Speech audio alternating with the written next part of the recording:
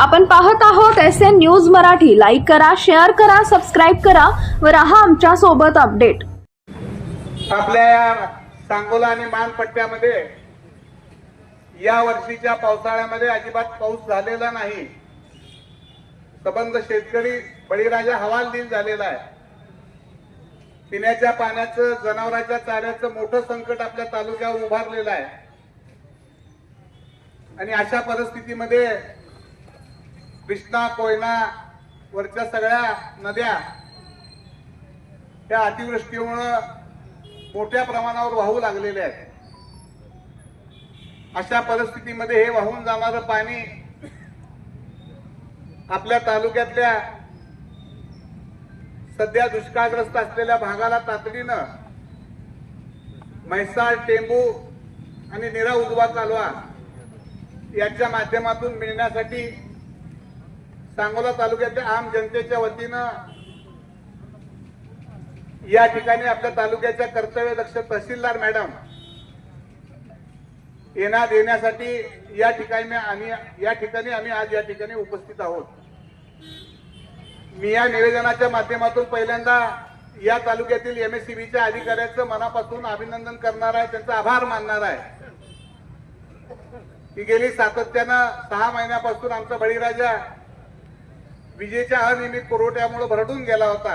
असंच आम्ही सगळे शेतकरी गेलो, त्याला विनंती केली, काही बाबी शेतकऱ्याला समजावून सांगितल्या, काही बाबी MSCBला समजावून सांगितल्या आणि आज तालुक्यामध्ये MSCBच्या बाबतीमध्ये बऱ्यापैकी शेतकऱ्यांना पुरेशी वीज 8 तास का होईना मिळायला लागलेली आहे। राज्य सरकारच्या पाटबंधारे खात्याच्या मंत्र्यांना मी परवा मुंबईला भेटून सांगितलं होतं की हे पुराचं पाणी आमच्या सांगोला तालुक्यातल्या दुष्काळग्रस्त भागातल्या जनतेला देण्याची व्यवस्था आपण या 3 योजनांच्या माध्यमातून करावी। त्यांनी तातडीनं खाली संदेश दिला आणि हे पाणी म्हैसाळ, टेंबू आणि निरा या उजवा कालव्यातून सुरू झालेला आहे।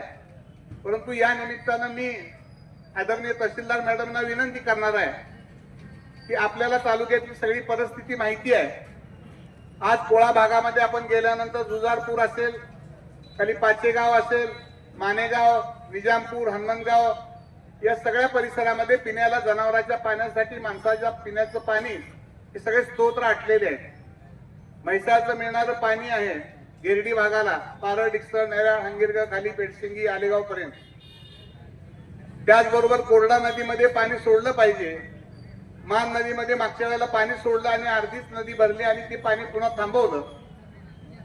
त्याचबरोबर आपला वरचा जो भाग आहे मौद भाग, आज या ठिकाणी सगळी खवासपूर, लोटेवाडी, आसकजानी याही परिसरातली सगळी मंडळी आहेत। मी सगळ्याच गावची नावं घेत नाही, परंतु तालुक्यातल्या सगळ्याच परिसरामध्ये पाण्याची तीव्र टंचाई निर्माण झालेली आहे।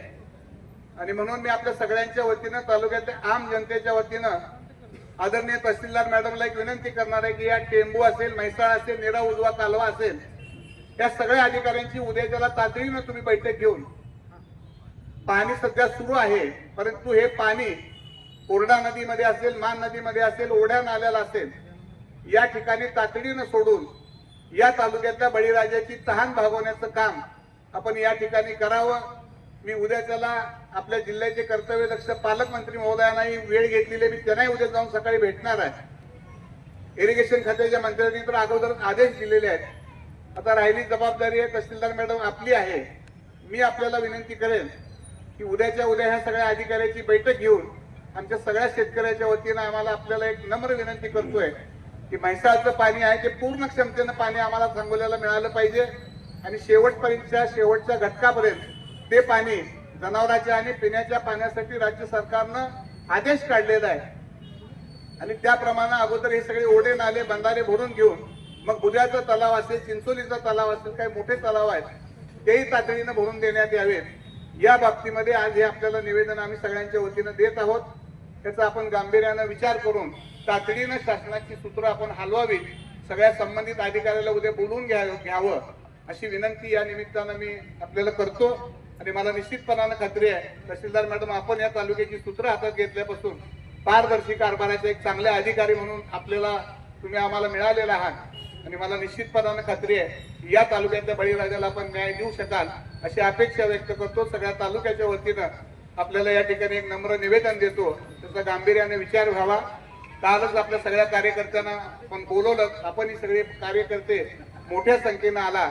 अशाच पद्धतीनं तालुक्याच्या विकासासाठी ज्या ज्या वेळेला हात मारेल त्या वेळेला आपण निश्चितपणाने भविष्य काळात असंच आपण एकजूट ठेवून तालुक्याच्या विकासासाठी प्रयत्न करूया, एवढंच या निमित्तानं सांगतो. सगळ्यांचं मनापासून आभार मानतो आणि आपल्या सगळ्यांच्या वतीनं हे निवेदन आपण तहसीलदार मॅडमला देऊया. धन्यवाद, सगळ्यांचं आभार मानतो.